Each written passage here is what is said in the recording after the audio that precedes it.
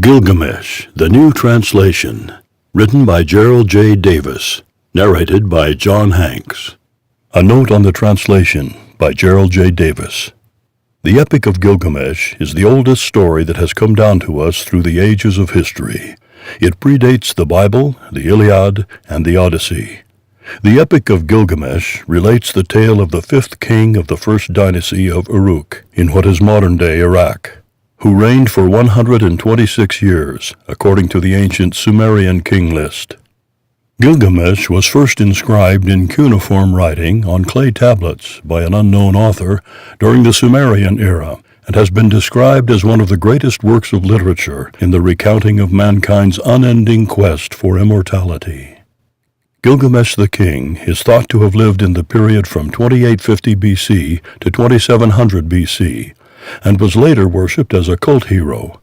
The earliest Gilgamesh poems, related in oral form, are believed to have originated around 2200 BC, and the first in written form around 2000 BC.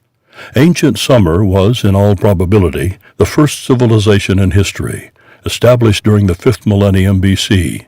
It was the first society to have a written language, which began, according to the latest scholarship, around 3500 BC. The Sumerians were a non-Semitic people whose likely origins were in northern Mesopotamia. Sumerian was a language with no known analogues. That is to say, it had no relationship to any known existing languages. Akkadian gradually began to replace Sumerian as a spoken language during the 2nd millennium BC, but Sumerian continued to be used for religious, legal, ceremonial, scholarly, and scientific purposes until about 1800 BC. The Akkadians were a Semitic people from the west who conquered Sumer about 2300 BC. Akkadian was the earliest Semitic language, related to Arabic and Hebrew, and the Akkadians, after their conquest of Sumer, adopted cuneiform, which was originally used to write Sumerian. Tablet 1. He had seen all. He all knowledge possessed. Wise was he beyond measure. Gilgamesh was the possessor of all understanding. He had wisdom of all things. He knew of the secret and of the mystery. He knew of the time before the great flood.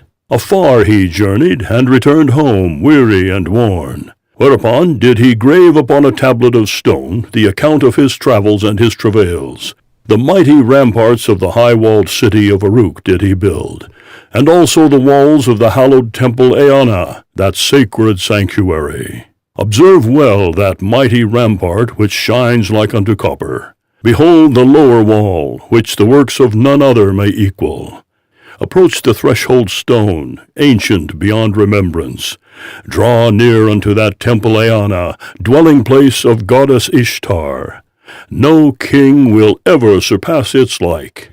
Ascend the wall of Uruk, and upon it walk. Examine the foundations, gaze upon the masonry. Were not the bricks fired in an oven and exceeding good? Did not the 7 sages lay down its foundations? The length of 1 league is the city. 1 league is the date grove. 1 league is the clay pit.